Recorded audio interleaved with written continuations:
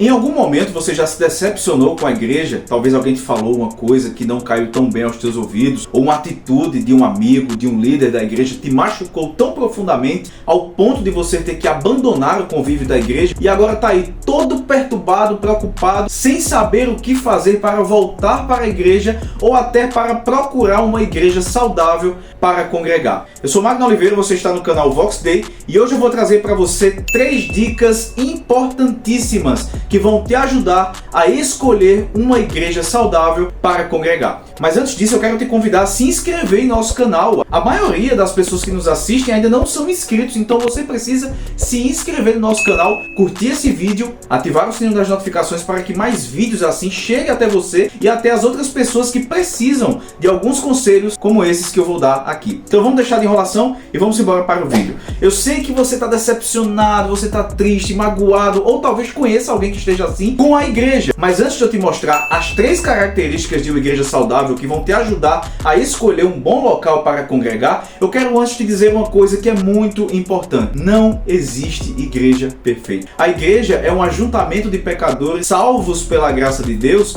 e que em algum momento vão te decepcionar ou você mesmo vai decepcioná-los, porque todos estão em um processo chamado santificação. Alguns já avançaram um pouco mais, outros estão iniciando agora. Então nós temos que ter sabedoria para entender que a igreja é composta por pecadores. Então coloque isso na sua cabeça. Não existe igreja perfeita, existe igreja em processo de santificação. Mas eu quero te dar algumas dicas que vão te ajudar muito a escolher e identificar uma igreja saudável para você ou alguém que você conheça congregar. Vamos lá para as dicas. A primeira característica e marca fundamental de uma igreja saudável é a pregação da palavra de Deus. O evangelho deve ser pregado semanalmente na igreja. Eu sei que hoje existem muitas teologias, a teologia do coaching, a teologia da prosperidade, essas mensagens de autoajuda que prometem coisas que Deus não prometeu, felicidade plena nesse mundo, riquezas e bênçãos materiais. Se você der tudo que você tem à igreja, o Senhor vai te retribuir com bênçãos materiais.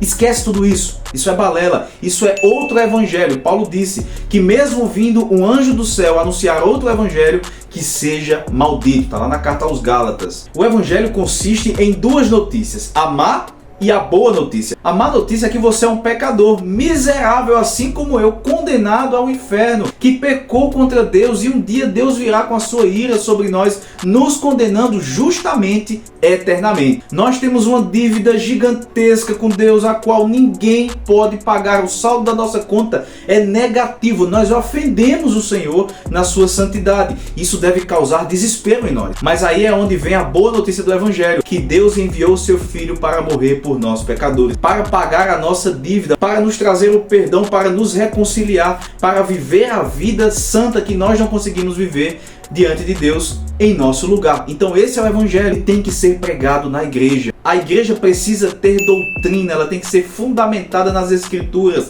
guiadas pelo evangelho. A autoridade final da igreja e última da igreja, e primeira da igreja, são as escrituras. A escritura é quem orienta a pregação, os sacramentos, a doutrina, a vida santa, a repreensão, a disciplina, tudo vem pelas escrituras. A primeira marca de uma igreja saudável não é que ela prega bênçãos materiais, não é que ela prega uma saúde eterna, uma alegria eterna para você nesse mundo, não. Ela prega o evangelho. Ela é uma igreja que tem palavra de Deus sendo ensinada. A segunda característica de uma igreja saudável que vai te ajudar a caminhar da forma correta na vida cristã é que a igreja precisa ter comunhão. Uma igreja que não tem comunhão é uma igreja dividida, e um reino dividido não subsiste. Existem algumas igrejas que são divididas em panelinhas por conta de poder aquisitivo, de bens materiais, de afinidade entre pessoas, onde um grupinho não se envolve com o outro, onde o pastor não tem comunhão com a igreja, e isso não é uma igreja saudável. A igreja deve caminhar como uma família, se alegrando com a alegria do irmão, chorando com a dor do irmão, se reunindo em comunidade para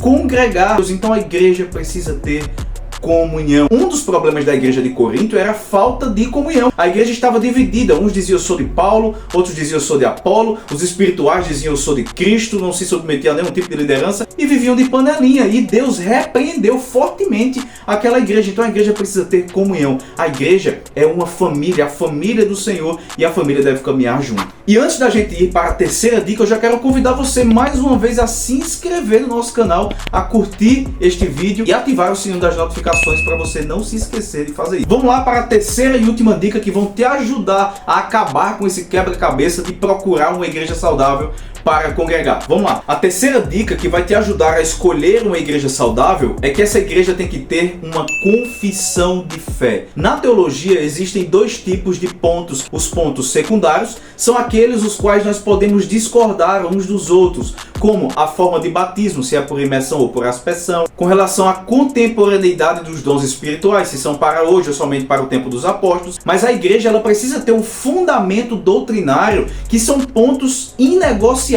dentro da fé cristã, como por exemplo, a crença na Santíssima Trindade. Deus é um Deus triuno, Pai, Filho e Espírito Santo, que Jesus é homem, mas também é Deus e Senhor da igreja, que ele morreu e ressuscitou. Esses são pontos que não podem ser negociados e que algumas seitas heréticas negam esses pontos. Então a igreja precisa estar fundamentada teologicamente.